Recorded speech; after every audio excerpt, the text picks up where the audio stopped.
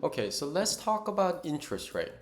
Interest rate is really, really powerful, and someone famous have said that interest rate is like the seventh or the eighth wonder of the world.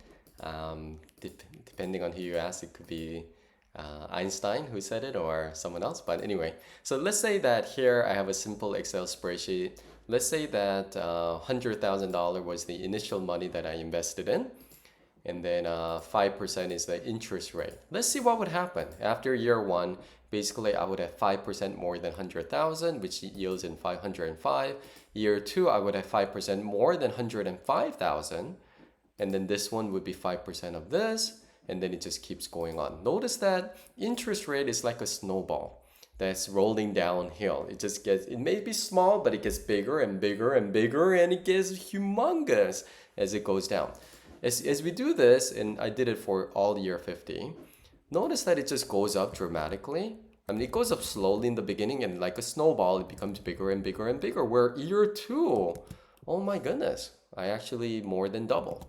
In the investor world, there's this thing called the rule of 72, which basically says, if it is 5%, right, what is 72 divided by 5? That's about 14. So it would take about 14 years if the interest rate is 5% for the money to double. So the rule of 72 basically says divide the rate of return or the interest rate by 72, or divide 72 by the interest, whatever, and then that's the number of years it would take for that investment to double in size, right? So again, if the interest rate is 5, it would take about 14 years.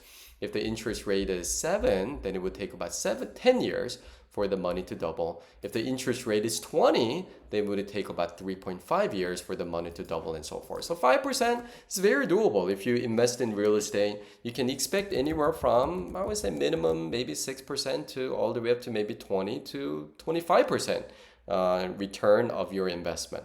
Right? So 5% very doable. And if you do that in the beginning, it may not seem very much. But again, look at what happens in year 20, year 30, and then let's say year 50. And just for simplicity, why don't we actually just hide this so that we're not getting overwhelmed with the details? Let's just look at the first 10 years. And then after that, we know we did the math right. So we can just look at this, right? I would strongly recommend, if you've never done this exercise, to actually do it. Pull up a Google spreadsheet and do these calculations. It's really, really amazing. What if the interest rate was, so let's do this. So this is if the interest rate was 5%, right? So let's just kind of put it over here. I think I can do pay special. So edit, pay special, values only. And then, interesting, why did it do that? 10, okay, I guess it is right, but oh, okay. Well, let's just do this. So 20,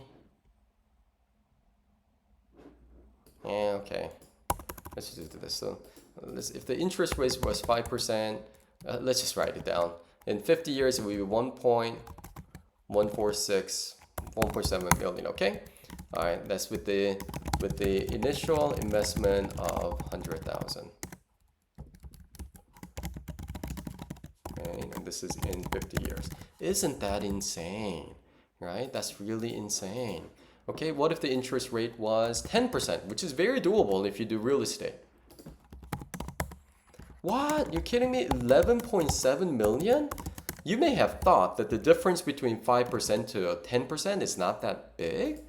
After again, it's only 5% difference, but yet because of that compound effect of the interest rate, it goes up dramatically higher. Isn't that amazing? Right? That should amaze you. That wow. Like if you get an investment, a difference between 5% rate of return and 10% rate of return is huge. Okay, what if you got a pretty good real estate portfolio and you were able to do 15% interest? Oh my goodness, it even goes to, you kidding me? 108 million? That's insane. What if it is 20% interest? Oh my goodness. I get surprised whenever I do this. It amazes me on the importance of percentage, the compound interest rate. do this exercise. The rate of return will make a huge, huge, huge difference in how things are done. Okay? All right.